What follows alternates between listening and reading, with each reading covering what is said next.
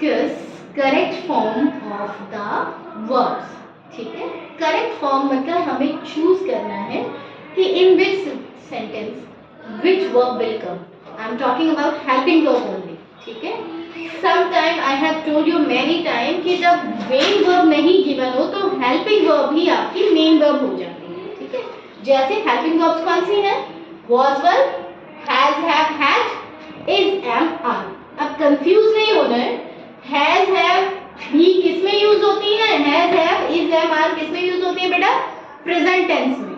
ठीक है, was, were और had किस में यूज होते हैं? पास्ट टेंस में. कंफ्यूज नहीं होना है.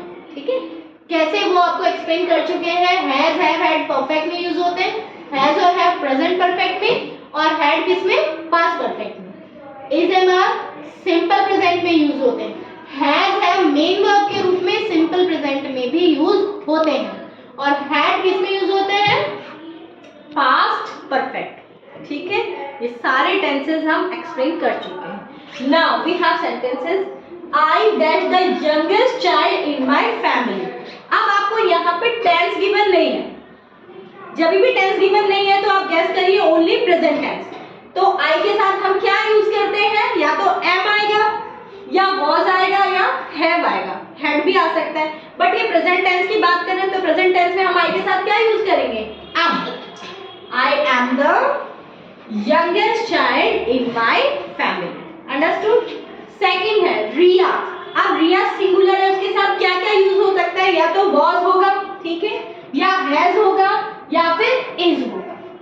रिया dash in my class last year. अब ये किसकी बात कर रहे हैं? पास्ट टेंस की. तो पास्ट टेंस में आप क्या यूज करेंगे? was.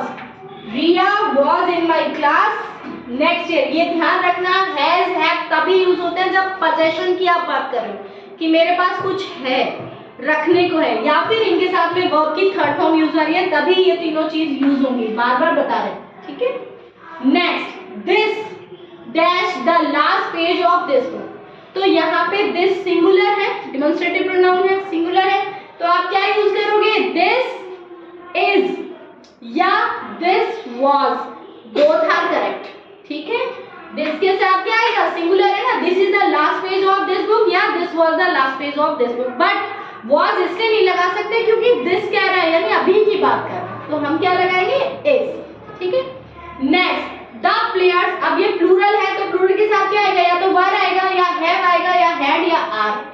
क्या कह रहा है? The players new bats. तो आर भी आएगा ना. तो अगर आपने आर लगाया तो the players are new bats, तो रॉन्ग हो जाएगा. प्लेयर कोई न्यू बैट नहीं है ना, तो प्लेयर्स के पास है, तो द प्लेयर्स हैव भी लगा सकते हो, हैड भी लगा सकते हो. यहाँ पे टेंस अगर आप हैड लगाते हो तो भी करेक्ट ही हो क्योंकि टेंस गिवन नहीं है. तो इसका मतलब हैव लगाया आपने तो प्लेयर्स के पास में बैट है, और हैड लगाया तो उसका मीनिंग क्या हो जाएगा कि प्लेयर्स के पास में बैट था. ठीक है, she dash many old toys to play. अब यहाँ पे वो क्या कह रही है कि उसके पास बहुत सारे टॉयज हैं, तो क्या हो जाएगा? She has. हैड भी आ सकता है. She has many toys to play. ठीक है, समझ गए आप? नेक्स्ट है दिस रूम. अब दिस रूम इसकी साथ ही क्या सिंगुलर है, तो this room is very dark. अब डार्क क्यों है? बिकॉज इट हैज, यानी उसके पास नहीं है. It has no lights. समझ गए? हैज हैव हैड का यूज पोजेशन में होता है अकॉर्डिंग टू द टेंस. ठीक है, समझ गए?